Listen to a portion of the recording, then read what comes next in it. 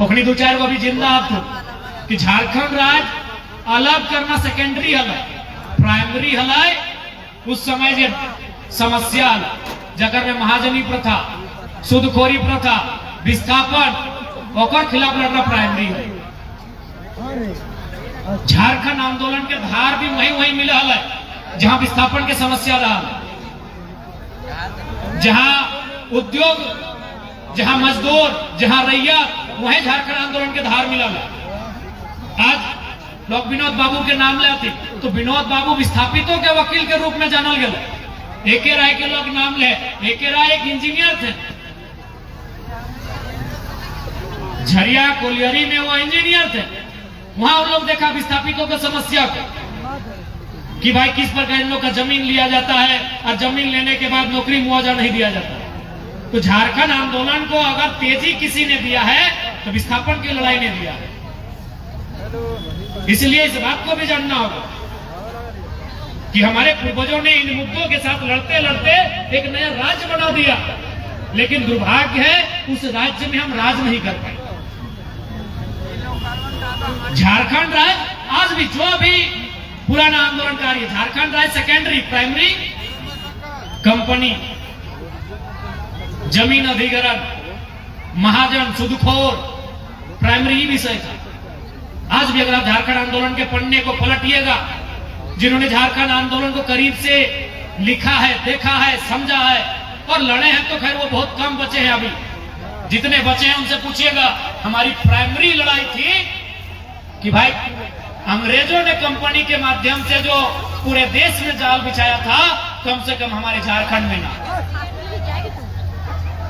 कहीं भी ये जो माजरा है, ये आम बात थी। किसी भी जिला में जमीन लेना और लाठी, रैयतों को लाठी बरसाना, एक बहुत बड़ा हमारी अलग राज्य की लड़ाई में योगदान रहा विस्थापितों को।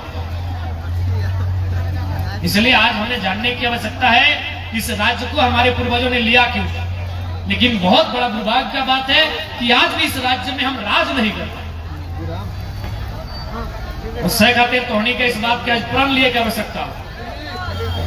और एक बात हमेशा याद रख ले, समय के जो मांग हो, समय की मांग हो कि सिस्टम से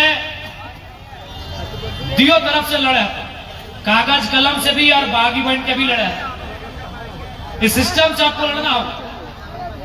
क्या कि अगर आप विस्थापित क्षेत्र से आते हैं और अगर आप करीब से जानेंगे तो सिस्टम का निर्माण ही हुआ था ईस्ट इंडिया कंपनी के बचाव के लिए।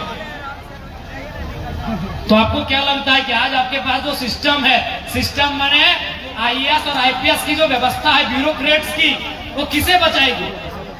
एनटीपीसी को ही बचाएगी। अगर एनटीपीसी और रैयतों में अगर उनको एक को चुनना होगा तो एनटीपीसी को चुनेगी बचाने के लिए। अच्छा एक बात बताइए, ये पुलिस का व्यवस्था क्या हुआ? ईस्ट इंडिया कंपनी को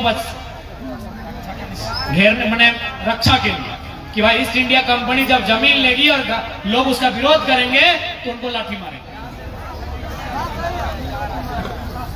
इसी उद्देश्य के साथ बनाई था Indian police act, Indian penal code, जितना भी कानून बना था वो ईस्ट इंडिया कंपनी को सुरक्षा देने के लिए और उनके अधिकारियों को। अभी एक बात बताइए, अगर डीसी के कहने पे 50 को गांव वाला को कोई मार दिया तो कोई फर्क पड़ेगा? कुछ फर्क नहीं पड़ेगा। डीसी का आदेश हुआ, 50 को गांव वाला धरना में बैठा था, आपने उसे मार दिया, लाठीचार्ज कर दिया, फर्क नहीं पड़ेगा। लेकिन 50 गांव वाला मिलकर अगर एक डीसी को मारेगा तो फर्क पड़ेगा। पूरा गांव में पुलिस आएगा और 50 की जगह 500 का घर का आदमी उठा के ले जाएगा, क्योंकि वो व्यवस्था ही बनी थी कि उनके अधिकारियों को बचाना है, इसीलिए पुलिस बनाए हैं। लेकिन दुर्भाग्य इस बात का है कि लोकतांत्रिक व्यवस्था में भी उसी व्यवहार को दोहराया जा रहा है। कलेक्टर माने क्या होता है? कलेक्ट माने कि हमने बोला है, कलेक्ट माने डाटा कलेक्ट, कोई सामान के कलेक्ट करना, कलेक्ट माने इकट्ठा करना। तो जो कलेक्टर अभी है उसका काम होता था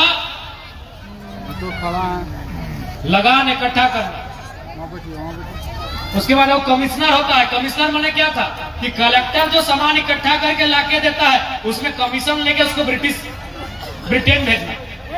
तो वो व्यवस्था हमारे पास आज भी है।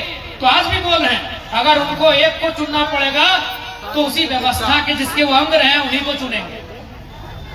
तो अब क्या करना होगा, हमको कागज कलम से भी सशक्त रहना होगा। विनोद बाबू इसलिए लड़ पाए क्योंकि वो वकील थे। भारत की आजादी को भी आप देखिएगा, आज ठीक है आप बोलते हैं कि हम जान दे देंगे, हम लड़ लेंगे, लेकिन याद रखिएगा भारत की आजादी में जितने बड़े नेता थे, महात्मा गांधी रहे, सरदार वल्लभ भाई पटेल रहे, पंडित जवाहरलाल नेहरू रहे, नेताजी सुभाष चंद्र बोस रहे, बाल गंगाधर तिलक रहे, कोई भी रहे, वो पढ़े लिखे लोग। महात्मा गांधी बैरिस्टर थे, पंडित नेहरू बैरिस्टर थे, सरदार पटेल बैरिस्टर थे, बाल गंगाधर तिलक शायद गणित के शिक्षक थे, मैथ के टीचर थे, और नेताजी सुभाष चंद्र बोस आप सभी जानते हैं आज के डेट में जो आईएएस की पढ़ाई होती है उस परीक्षा को पास करने वाले शख्स थे। इसलिए आप जिस लड़ाई को लड़ने जा रहे हैं इतना आसान नहीं है, क्योंकि आप टुकड़ों टुकड़ों में बटे हुए हैं। अगर एक दिन में विस्थापन होता, धनबाद में भी, बोकारो में भी, बड़का गांव में भी, तो बवाल होता। ये लोग चालाक है। 6 महीना बाद अगर आज केरेडारी में विस्थापित किया जोरदार गांव को, तो 6 महीना बाद उन्होंने बड़का गांव में किसी गांव को विस्थापित करें। अगर एक दिन में धनबाद, बोकारो, गिरिडीह अगर सब जगह विस्थापित करते हैं तो इस राज्य में एक ऐसा क्रांति आती कि लोग धूम दबा के यहां से भाग जाते। लेकिन आप भी जानते हैं ये लोग सिस्टम चलाने वाले हैं, इनका दिमाग बहुत ही महीन है, ये आहिस्ता आहिस्ता करते जाए। वो मुर्गी वाला नहीं कहावत, अरे पोल्ट्री मुर्गिया किने जाए तो जे मुर्गिया के काटे के टाइम आवा है पॉइंट कर रहा है, वह मुर्गिया का गुत्र, जे मुर्गिया के काटे के टाइम आवा है सेह मुर्गिया गगुआ, और बाकी सब चुपचाप रहा। वही हाल आज विस्थापित का है, वही हाल आज झारखंड की समस्याओं का है। अगर एक टाइम हम बोल रहे हैं सिंदरी रहे, झरिया रहे, बागमारा रहे, बोकारो रहे, रामगढ़ रहे, मांडू रहे, केरेडारी रहे, बड़का गांव रहे, अगर एक दिन में विस्थापित करेंगे ना कंपनी तो पूरा झारखंड में बवाल होगा, पूरा झारखंड में आग लगेगा और इन लोग एक नंबर करके यहाँ से भाग जाएगा। लेकिन लोग चालाक है, एक एक करके करता है ताकि हमको जब दर्द हुआ है अगला जश्न में डूबा हुआ है, जब उसको दर्द होगा मेरा जश्न का टाइम आएगा, हम उस दर्द को भूल चुके होंगे।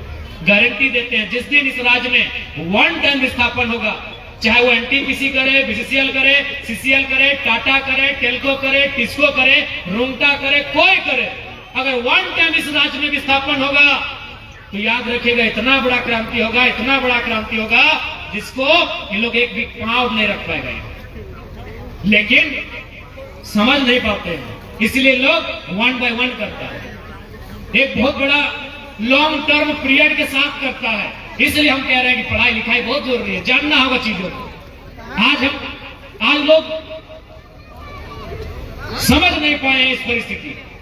हम आज भी कह रहे जिस दिन एक समय में विस्थापन होगा उस दिन हर घर से निर्मल निकलेगा, भगत सिंह निकलेगा, इन लोग को दौड़ा दौड़ा के मारेगा। इन लोग कोई आएगा उस समय अधिकारी पदाधिकारी इतना बुरी तरह पीटेगा जिसका कोई हिसाब नहीं है। लेकिन समस्या यही है कि एक तरफ नए साल का जश्न होगा, एक तरफ कोल्हार में मातम होगा। यही हमारा दिक्कत है, दिक्कत यही है कि एक घरे भौज हो, एक घरे बिहार, दिक्कत यही है। जिस दिन एक साथ विस्थापित होगा, हम गारंटी दे रहे हैं इतना जोरदार इन लोग का ठोकाई होगा, इतना कंपनी वाला और कंपनी का दलाली करने वाला अधिकारी मार खाएगा कि झारखंड के आंदोलन से पूरा देश प्रेरणा लेगा। लेकिन एक साथ नहीं हो पाता,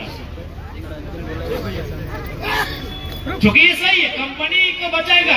ये पदाधिकारी लोग कंपनी को बचाने के लिए बना। आज तक सुने कभी जीएम को इन लोग लाठीचार्ज किया, रेत तो रोज मारता है। ये कौन सा भाई कानून?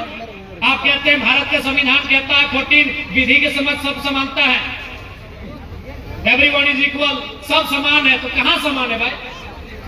अगर कंपनी वाला को एफआईआर कर दे तो रात को घर घर से उठा के ले जाता है। चलिए हम भी एफआईआर करते हैं मैनेजर के नाम पे, अब दिन में उठा के ले जाइए, आपको जाने के।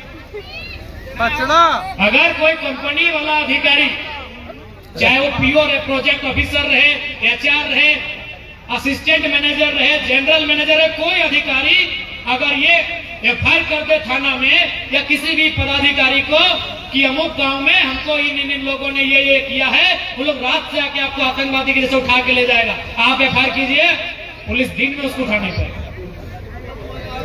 यही हमारी असली दास्ता है, यही हमारी असली कहानी है। इस लोकतंत्र की कल्पना ना भगत सिंह ने की थी, ना गांधी ने की थी, ना अम्बेडकर ने किया था, ना किसी भी महापुरुष ने किया था। इस लोकतंत्र की कल्पना हमने नहीं किया।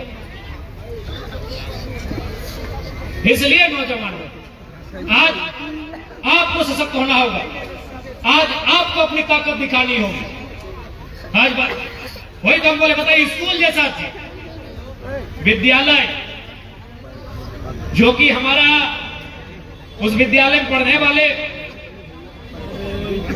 लेकिन आज वहां तक प्रशासन बेबस हो गया, वहां हम लोग बेबस हो गया कि भाई स्कूल को भी तोड़ना पड़े तोड़ दीजिए।